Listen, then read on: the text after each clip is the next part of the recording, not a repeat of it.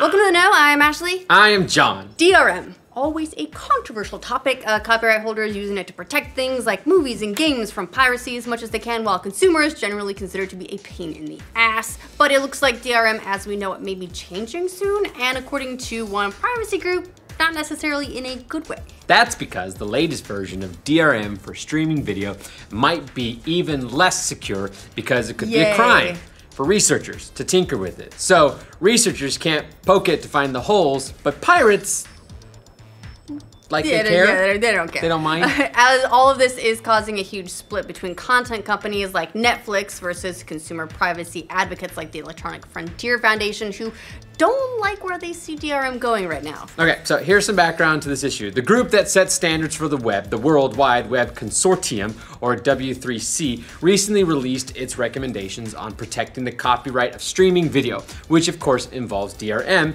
and that's what the whole fight is about. So recently, W3C approved putting DRM into HTML5 in the form of something called encrypted media extensions. So that will let web browsers, instead of plugins, decrypt protected content like movies and TV shows. So good so far, right? Yeah. Lots of content providers like Netflix, NBC Universal, and the Motion Picture Association of America supported this move, which isn't surprising. Defenders say that putting DRM into web browsers makes for better experience since you won't need to install plugins. It's a more straightforward solution for the kinds of consumers who don't even know what a plugin is. Right, so think like your parents or your grandma, people who are always installing stuff. They've never heard of a plugin, but they want to watch What's Silverlight? Why am I installing Silverlight for the 10th time? Oh God, Silverlight. Yeah. But then you say, what about the people who study DRM and discover vulnerabilities? Vulnerabilities that can then be helpfully patched up. Well, the EFF, which is also a member, or was a member of the W3C, wanted protections for those security researchers who study and in some cases crack DRM so that they wouldn't be prosecuted under the DMCA for committing a crime. That's a good thing. Right, you think so? Yeah, you would think. EFF Representative Cory Doctorow told Gizmodo that he told the group, "We will stand down on our views on DRM, but you have to promise that you only use DRM law like the DMCA when there is some other cause of action, like a copyright infringement." That all sounds pretty reasonable. Yep. But the other W3C members shot that down, and those protections ultimately were not included. This pissed off the EFF, which has now stepped down from the group in protest. So, what does that mean? Well, according to these new rules, it could be illegal to study DRM, which means it could be more vulnerable to hackers because the white hats that would come forward to facilitate fixes, people who they enjoy finding bugs and finding those exploits and then reporting them so they can be fixed, they'll be the ones taking the brunt of the punishment because the pirates, they're gonna do the cracks, they're not gonna help you find them. So, it's not a good sign at all given how easy it is already for groups to crack copyright protection like Denuvo, which was billed as the next big thing in DRM and now can't keep crackers at bay for more than a few days. Well, and like we said, according to these new rules from the W3C, DRM is about to be added directly into browsers instead of third-party software, which means that a lot of things could get more vulnerable as soon as they're found by the pirates. Yeah, content companies like Netflix, the Motion Picture Association of America, and the Recording Industry Association of America all praised the decision, but Netflix wrote, integration of DRM into web browsers delivers improved performance, battery life, reliability, security, and privacy to users watching their favorite TV shows and movies on Netflix and other video services. We can finally say goodbye to third-party plugins, making for a safer and more reliable web. Or at least more of a black box web.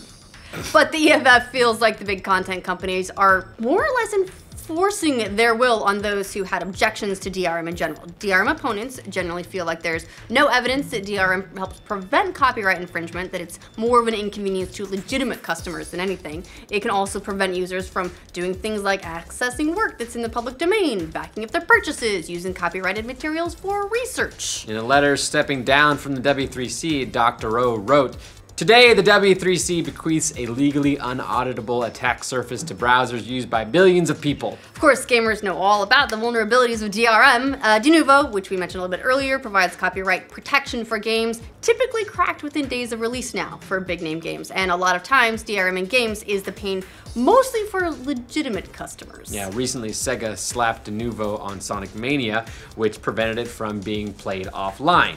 An inconvenience only for those who actually bought the game. Pirates had no such restrictions. Nope, they could play offline all they wanted. Cool. Yeah, PC gamers not happy about that. The hard feelings ended up persisting even after Sega removed it. So they said, all right, fine, we'll take it off, and they did, but they still put it on, and people aren't happy about the first move. Anyway, lots of tech sites were bummed at the news coming out of the W3C, and some criticized the fact that the final vote on DRM standards was taken in secret. That's because secret votes are generally not good. That's the way you do it. As Gizmodo put it, the fight over DRM standards for streaming video is over and big business won. Oof.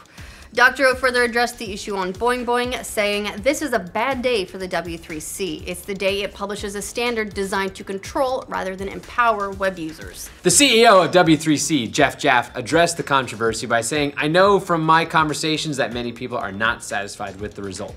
But my personal reflection is that we took the appropriate time to have a respectful debate about a complex set of issues and provide a result that will improve the web for its users." So we'll have to see how all this ends up shaking out. But if you believe the EFF, this is a very unsettling decision that ultimately sided with big corporations over consumers and may have made DRM a whole lot less secure. Especially everybody wins. Your browsers. Which, we're all good. Look, browsers were not secure enough in the first place, and now there are going to be a lot of secret holes. Just turn off firewall and antivirus, we're all fine. If we all just let everything flow freely, no one can get sick. Look, if you don't look, there are no vulnerabilities. Hey, so what do you guys think about the latest controversy over DRM? Let us know in the comments. And for all your internet, copyright, browser terror, streaming video, and DRM news, be sure to like this video. If you're new around here, subscribe to the know. This is making less and less sense. This is like making researchers who are trying to find cures for like diseases get punished for looking for the diseases. Kind of. It sounded like you said illegally. I think I know you said legally, but it sounded like illegal. Today, the W3C bequeaths an A, that's why. Yeah, it sounds super weird. No, there's an and. And legally.